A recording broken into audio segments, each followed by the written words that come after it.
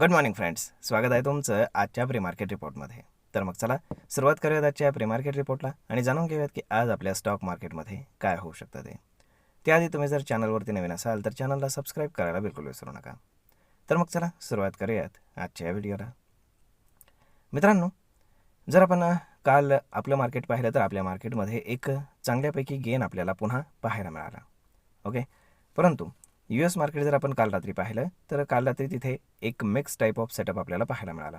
डाव जोन्स जो आहे तर तो ग्रीनमध्ये क्लोज आहे, बाकीचे रेडमध्ये क्लोज आहेत, परंतु फार नाही, म्हणजे आपण त्याला म्हणू शकतो फ्लॅट विथ पॉझिटिव्ह बायस अशा पद्धतीचा सिनॅरिओ आहे. जर आपण ग्लोबल मार्केट जर पाहिले तर मोस्टली युरोपियन आणि एशियन मार्केट जे आहेत तर ते फ्लॅटच आहेत. फार जास्त कोणी खाली नाही, फार जास्त कोणी वरती नाही. परंतु आज जापनीज मार्केटला सुट्टी आहे आणि आपल्याकडे जर आपण पाहिलं तर ग्लोबली फार जास्त काही नाही, परंतु इंडिया US ची ट्रेड डील आणि त्याच्या संदर्भात आलेलं क्लॅरिफिकेशन या गोष्टीनं आपलं मार्केट खुश आहे आणि त्यामुळे FIs जे आहे तर ते अगेन बायर्स झालेले आहेत. आपण पाहिलं की जेव्हापासून इंडिया US ची ट्रेड डील झाली आहे तेव्हापासून FIsनं सेलिंग ऑलमोस्ट निग्लिजिबल केलेलं आहे, परंतु त्याच्या अगेन्स्ट बाईंगच त्यांनी जास्त केलेलं आपल्याला पाहायला मिळतं. कालसुद्धा त्यांनी साधारण 70 कोटींच्या आसपास बाईंग केलं. त्याच्या अगेन्स्ट डोमेस्टिक इन्स्टिट्यूशन्सनं साधारण 1100 कोटींच्या आसपास बाईंगच केलेलं आहे. म्हणजेच काय की दोन्ही नेट इन्स्टिट्यूशनल बायर्स आहेत. त्यामुळे मार्केटमध्ये एक आपण चांगल्यापैकी रॅली पाहू शकतो आहे. जसं ज्या पद्धतीनं टेक्निकल्स आहेत त्या पद्धतीनं मार्केटनं फायनली 25,900च्या वरती डेली बेसिसवरती क्लोज केलेलं आहे. त्यामुळे आता खूप हायली पॉसिबिलिटी आहे की मार्केट जे आहे तर ते 26,000 क्रॉस करून वरच्या बाजूला ट्रॅव्हल करेल. म्हणजेच काय की आता जेव्हा जेव्हा मार्केटमध्ये सेलिंग येईल 25,900च्या वरती राहीपर्यंत, तोपर्यंत मार्केटमध्ये बाय ऑन डिपची स्ट्रॅटेजी काम करेल.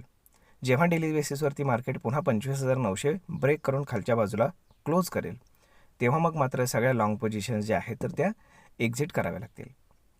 परंतु सध्या जर आपण पाहिलं तर एक प्रकारचं शॉर्ट कव्हरिंग आपल्याला FIsचं पाहायला मिळते. कारण FIsच्या ज्या शॉर्ट पोझिशन्स आहेत की ज्या जनरली 90+ असायच्या, 90% प्लस, तर त्या काल 78% खाली आलेल्या आहेत, की जी आतापर्यंतची गेले 6 महिन्यातली ऑलमोस्ट लोएस्ट लेवल आहे. त्यामुळे या पोझिशन्स ज्या आहेत तर त्या अजून खाली येऊ शकतात आणि जसजशा ह्या पोझिशन्स खाली येतील तसं आपल्याला मार्केट वर झालेलं पाहायला मिळेल. त्यानंतर जो रुपीचा चार्ट आहे तर त्याच्यामध्ये जो 1 मंथ फॉरवर्ड प्रीमियम असतो तर तोही आपल्याला बरंच काही इंडिकेट करत असतो. कारण जेव्हा जेव्हा हा फॉरवर्ड प्रीमियम खूप जास्त वाढतो तेव्हा आपण जर पाहिलं तर मार्केटमध्ये एक पॅनिक सेलिंग आपल्याला पाहायला मिळत असतं. परंतु सध्या जर आपण पाहिलं तर तो एका चांगल्या टेरिटरीमध्ये ट्रेड करतो आहे. म्हणजे फॉरवर्ड प्रीमियम जनरली जर तो फॉरवर्ड प्रीमियम 25 पैसे, 30 पैसे, 35 पैसे अशा लेवलला जर गेलेला असेल तर मग मात्र तिथे पॅनिक सेलिंग आपल्याला पाहायला मिळतं. परंतु सध्या हा जो प्रीमियम आहे तो 10 पैसे, 8 पैसे याच्या दरम्यान ट्रेड करतो आहे आणि हळूहळू तो खालीच येतो आहे त्याचा चार्ट. म्हणजेच काय की आपल्याला मार्केटमध्ये कुठल्याही प्रकारचे डॉलर आउटफ्लोज हे सध्या तरी पाहायला मिळत नाही आहेत आणि त्याची पॉसिबिलिटी पुढच्या 1 महिन्यामध्ये नाही आहे, कारण तो 1 मंथ फॉरवर्ड प्रीमियम आहे. त्यामुळे असं अँटिसिपेशन आहे की अजून तरी 1 महिना FIs कुठल्याही प्रकारचं सेलिंग करण्याच्या मूडमध्ये दिसत नाहीत, हा त्याचा अर्थ आहे. जर आपण पाहिलं तर क्रूड ऑइल जे आहे ते थोडंसं हायर लेवलला आहे, ते राहणारच आहे, कारण जोपर्यंत US आणि इराण यांच्यामधले टॉक्स संपून शांती येत नाही तोपर्यंत आपण काय म्हणू शकतो की ते हायर बायसमध्येच राहील, परंतु ब्रेकआउट करणार नाही ऑइल, कारण जोपर्यंत ॲक्च्युअल युद्ध होत नाही तोपर्यंत ते ब्रेकआउट करत नाही. त्यामुळे थोडंसं कॉशियस व्हायला हरकत नाही. डॉलर थोडासा स्ट्रेंथनिंग झालेला आहे, परंतु तरी त्याच्या अगेन्स्ट आपला जो इंडियन रुपया आहे तो गेले काही दिवस स्टेबल आहे. ही आपल्यासाठी एक फार चांगली गोष्ट आहे. जर आता आपण टेक्निकली पाहिलं तर मार्केट आता लॉंग आहे हे मात्र लक्षात ठेवा. म्हणजे जिथे जिथे आता इंट्राडेमध्ये डिप मिळेल तिथे तिथे आपल्याला थोडं बाईंग होताना पाहायला मिळेल आणि जसं मार्केट 26,000 क्रॉस करेल तसं आपल्याला बाईंग जे आहे तर ते खूप ॲग्रेसिव्ह झालेलं पाहायला मिळेल.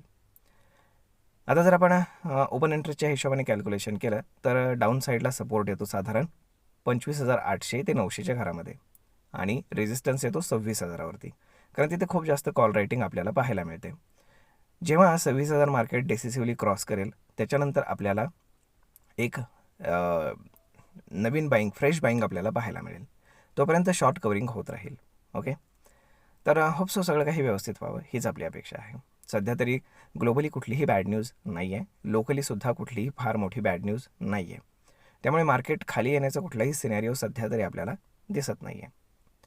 जर आपण गिफ्ट निफ्टी पाहिलं तर गिफ्ट निफ्टी इंडिकेट करते की मार्केट एक साधारण 30 ते 50 पॉईंट गॅपअप ओपन होईल.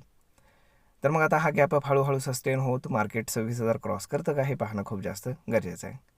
त्यातच आता अजून 2 वीक्समध्ये आपल्याला आपली मंथली एक्सपायरी पाहायला मिळते. त्यामुळे होप सो सगळं काही व्यवस्थित व्हावं ही आपली अपेक्षा आहे. पाहूयात काय होते ते. तोपर्यंत मित्रांनो, तुम्हाला हा व्हिडिओ ही माहिती कशी वाटली हे तुम्ही आम्हाला कमेंट करून नक्कीच सांगा. आणि जर आवडली असेल तर आपल्या जवळच्या मित्रमंडळींसोबत देखील हा व्हिडिओ तुम्ही शेअर करायला विसरू नका. आणि एक महत्त्वाची गोष्ट ती म्हणजे काल रात्री टायटनचा रिझल्ट आलेला आहे आफ्टर मार्केट, की जो डबल डिजिटमध्ये ग्रोथ शो करतो आहे. म्हणजेच काय की टायटनमध्ये आपल्याला एक चांगल्या प्रकारचं बाईंग आज पाहायला मिळू शकतं.